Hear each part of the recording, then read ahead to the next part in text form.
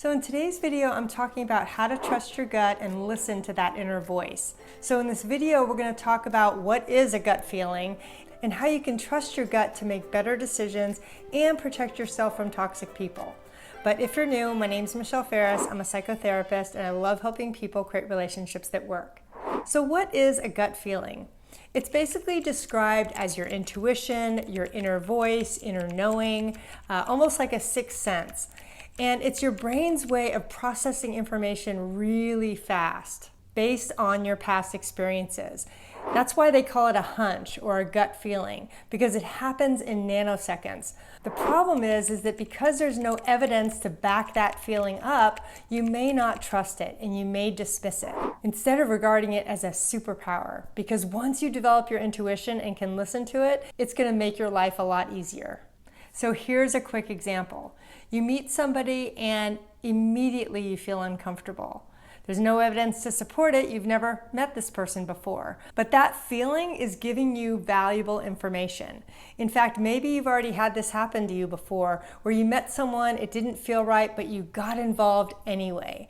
And looking back, it wasn't a good decision, but your intuition was right on the money.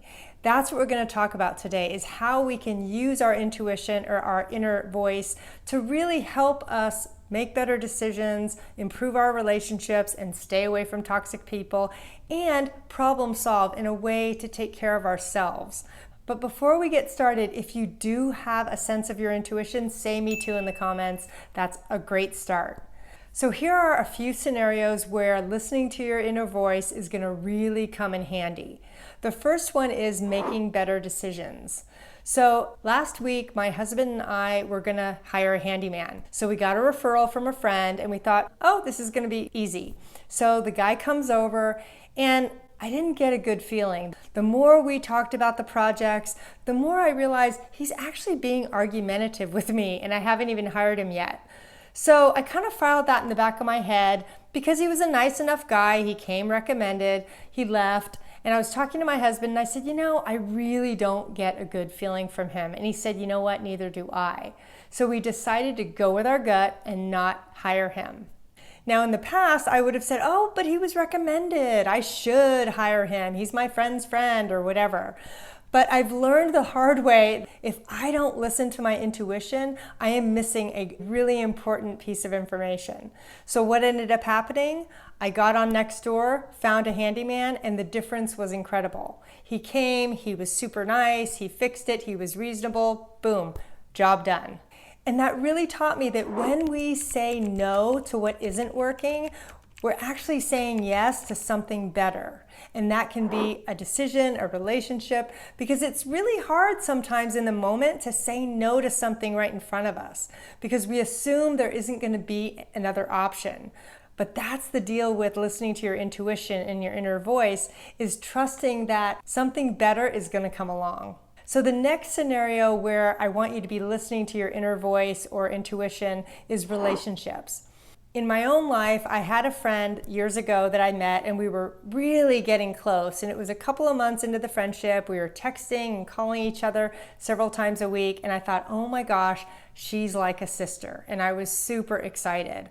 But she made a comment that I dismissed. She said, I really don't like a lot of contact with people. And in my gut, I felt uh-oh, but I ignored it.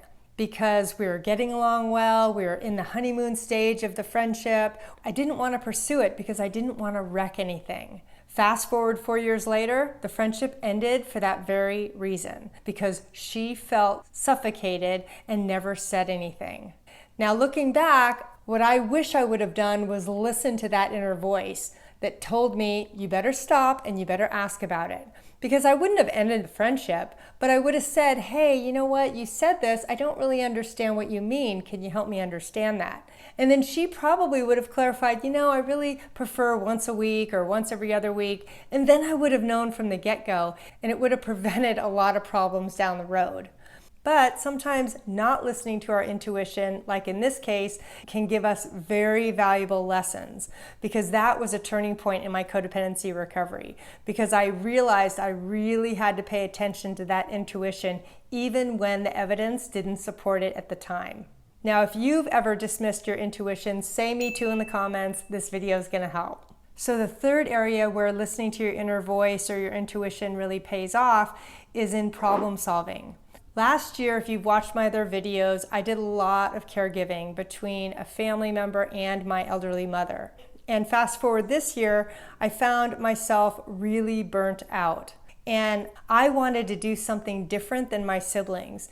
And that can be really hard to go against the grain. And that's where listening to our intuition or our inner voice can really come in handy. Basically what happened was I was talking to a girlfriend and just saying how worn out I was and that I really needed a break from caregiving. So she asked me, what would you want to do in this situation?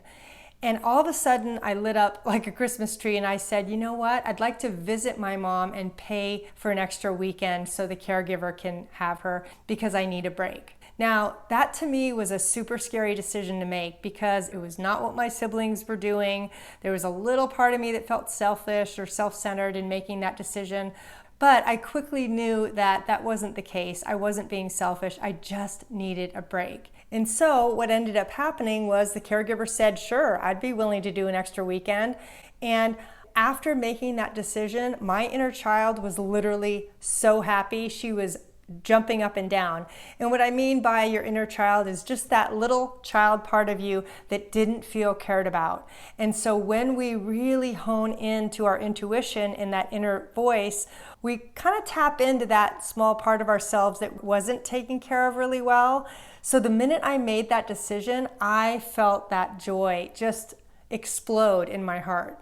And what I realized was putting myself first and giving myself permission to not take care of my mom for one weekend and to have a rest is really okay. It doesn't mean that I'm bad or wrong or selfish or anything. But I had to be willing to listen to that intuition because that inner voice was telling me I need a break, even though I couldn't figure out a way to do it. That's where asking myself that question, what do I want in this situation, was really powerful. And maybe you're in a similar situation right now where you don't want to be doing something and your intuition is kind of screaming at you saying, I don't want to do this. If that's happening right now, I want you to do some writing and write out what is it that you really want in this situation. What would make you feel happy or grounded or less stressed? Because that's where listening to our inner voice can really help us live the kind of life we want to live versus always getting stuck in what we should be doing and what others think we should do. I don't know what my siblings are thinking of me, and honestly, I'm not caring right now. I'm just doing the next right thing for me. So me being able to listen to that inner voice was huge because I realized I could be happy. I could decrease my stress. I could honor what I needed instead of feeling like I should keep going and doing what I really didn't want to do.